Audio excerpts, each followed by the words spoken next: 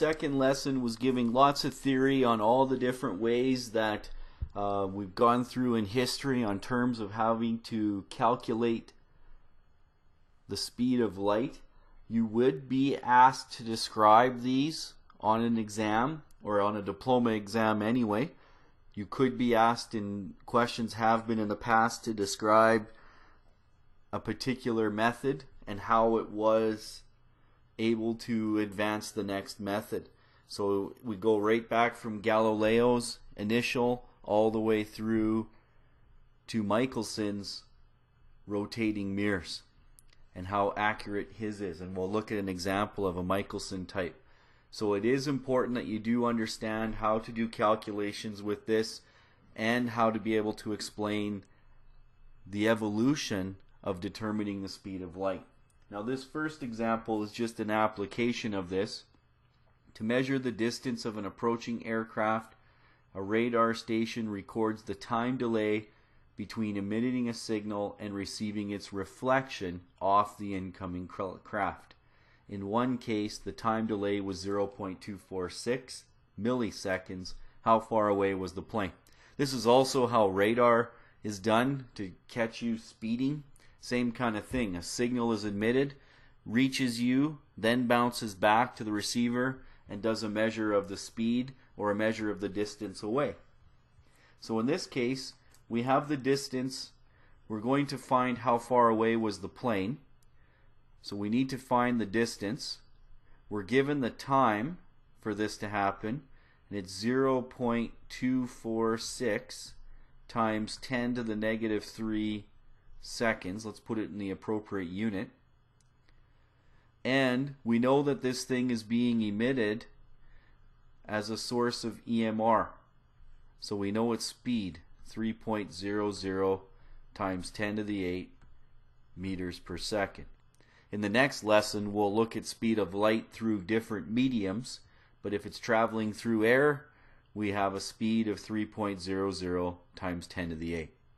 Well, we have a formula on our sheet that has distance equal to velocity times time. So let's find the distance.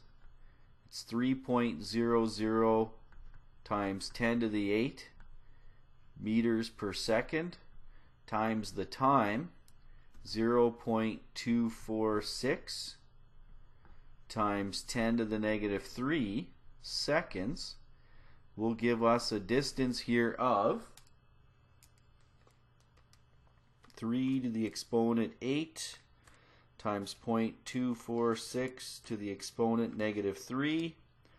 You get a distance here of 73,800 meters. Now remember, this was a signal that was sent and received its reflection.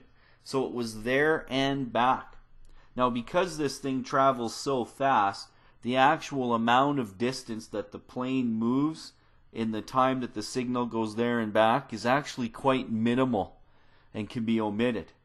So we want to figure out how far the airplane was. We need to divide this number by 2 because the total distance was there and back. This is the one thing students tend to forget in these types of questions, is to forget to divide the number. And a lot of answers will have that doubled number in there.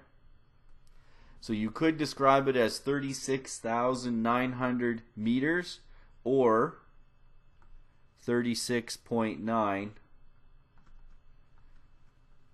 kilometers away.